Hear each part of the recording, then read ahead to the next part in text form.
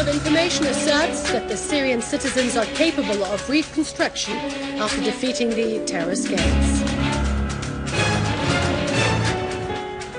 The Syrian army continues to storm terrorist hideouts throughout the country.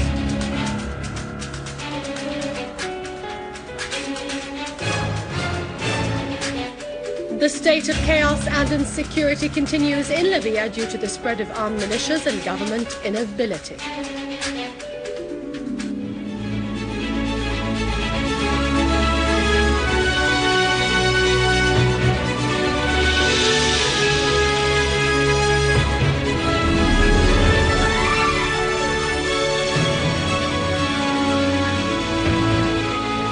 Good afternoon, welcome to our news bulletin. I'm Dania Nizam.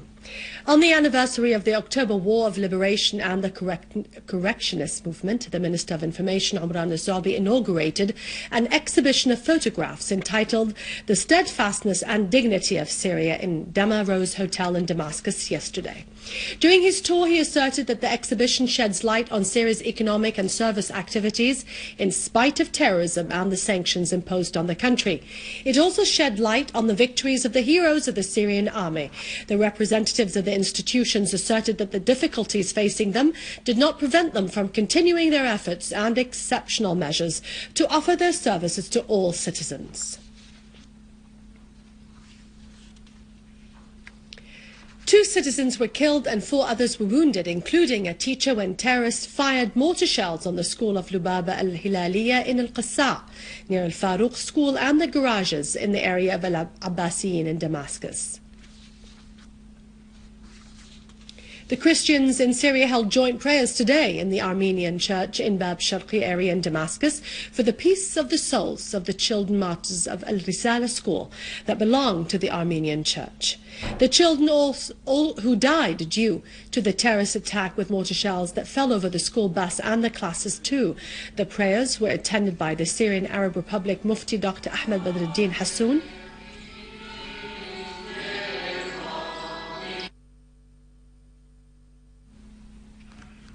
Dr. Ahmed Badruddin Hassoun and the bishops of the Catholic, Orthodox and Armenian churches attended the mass prayers.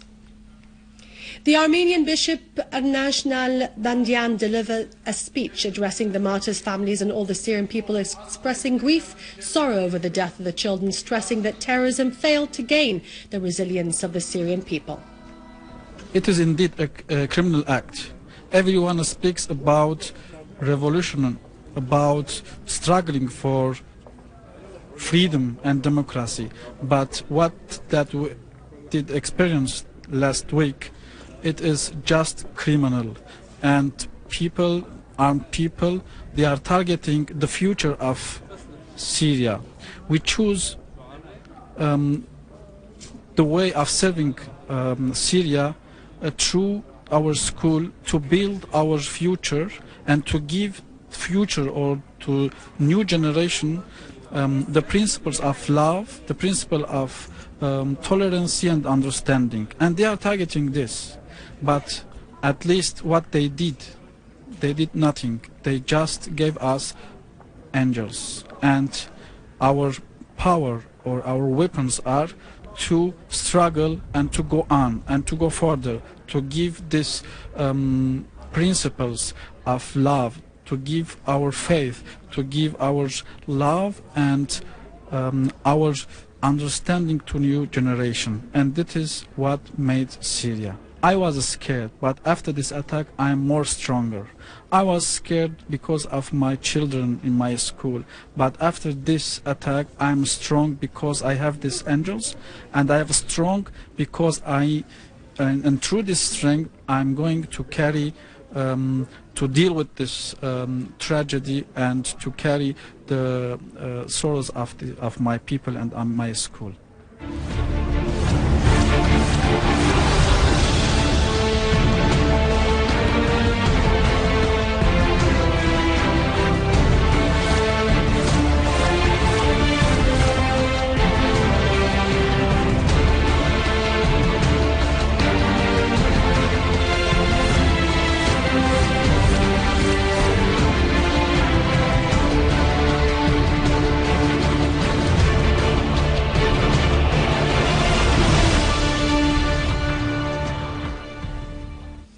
The Syrian Arab Army continued to comb the orchards in the environs of the town of Deir al-Safir in the Damascus countryside.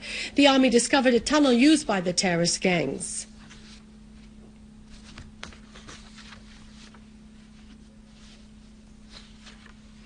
In Ruknuddin, a Syrian Arab Army's unit stormed a terrorist hideout of a gang that committed a massacre against the family of Ghassan Youssef 3 months ago.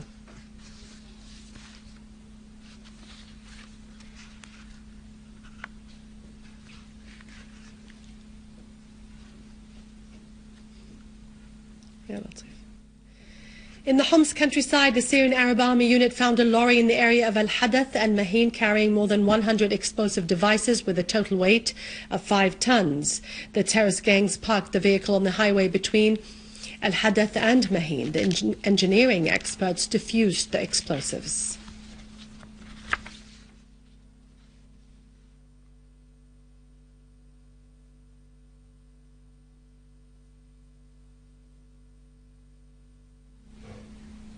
In the Idlib countryside, our armed forces killed 30 terrorists in Saraqib. Most of them were non-Syrians. The army also destroyed their equipment, including a storehouse of ammunition in Ariha.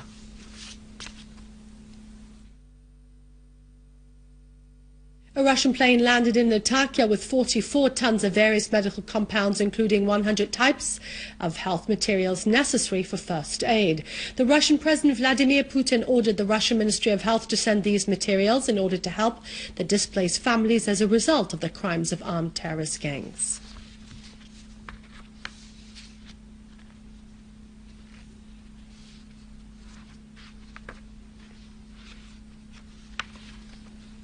As the media instigation against both Syria and Yemen continues, a number of information activists organized a cultural seminar entitled "The Role of the Media in Reporting Events, Yemen and Syria as Two Models."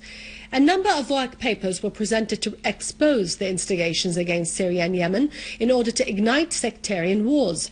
The participants in the seminar discussed a number of political questions showing examples of false fabrications carried out by a number of mass media financed by the Gulf states against both Syria and Yemen.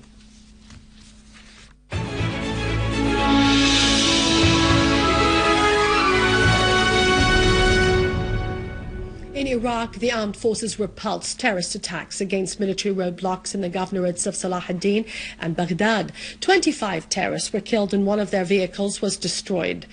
The Iraqi army also carried out several preemptive operations against al-Qaeda hideouts in the areas of Al-Huwayja, Al-Bu Yusuf and Al-Dora. 268 terrorists were captured, including 11 leading members of the so-called the Islamic State in Iraq and the Levant. In Libya, one person was killed and 3 others were wounded when armed terrorists attacked a camp in Tripoli. Meanwhile, clashes continued between government forces and armed militias. A state of emergency was declared when violent acts erupted again in Tripoli. In the same context, a general strike was announced in the country for 3 days in mourning for the death of the Libyans in clashes in Tripoli, in which more than 40 people died and 500 others were wounded. The clashes between the army and the militias took place as those militias were trying to enter Tripoli. There were strong explosions and fire from heavy weapons throughout the capital. The British paper, the Sunday Times, asserted that both Saudi Arabia and Israel prepared a joint plot to attack Iran. The paper said that Israeli Mossad agents met with senior Saudi security officials to prepare an emergency plot in case an agreement was signed between Tehran and the international community. The plot included a large-scale attack on Iran under the pretext that Iran would not stop its nuclear project. The paper added that the Saudis are angry with the US and fully ready to assist Israel. They have given Israel the green light to use Saudi airspace in the attack. Saudi Arabia also expressed readiness to supply Israel warplanes with fuel. The paper said that the signature of the agreement would motivate the Saudis to cooperate with the Israelis. In Turkey, Erdogan forces used force again to disperse a massive demonstration in front of the court building in Istanbul, calling for punishing the one responsible for the injury of the child during a demonstration against Erdogan's government last summer. The demonstrators raised slogans asking Erdogan's government to reveal the responsible over the injury of the 14-year-old child, Berkin Alvan, and hand him to justice. Erdogan's forces' response came with using water hoses and violence to disperse the demonstration and arrested some of the protesters.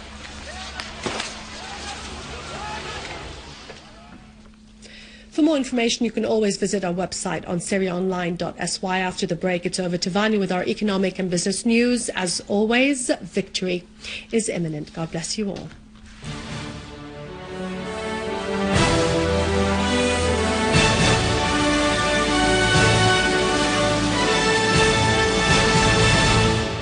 Good afternoon. The Minister of Economy and Internal Trade gave approval to the General Company of Mills to import some materials by contracts with the Granata Company to supply 200,000 tons of wheat.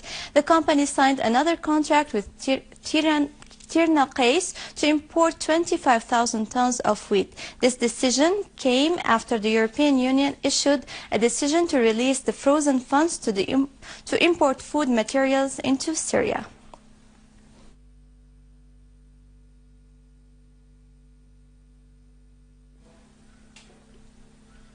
The Tourism Ministry, the Development Authority and the Exports Promotion Body signed a Memorandum of Understanding for forming a joint technical committee to put an annual plan for participation in the international exhibitions. The committee will also insert the joint activities in the work plan for both sides, in addition to organizing special weeks for the Syrian products abroad.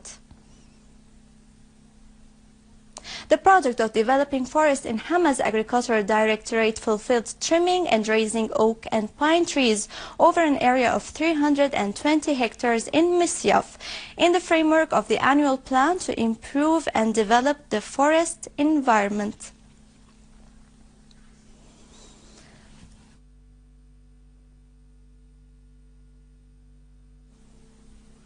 And now over to some main currencies exchange rates according to the bulletin of the Central Bank of Syria.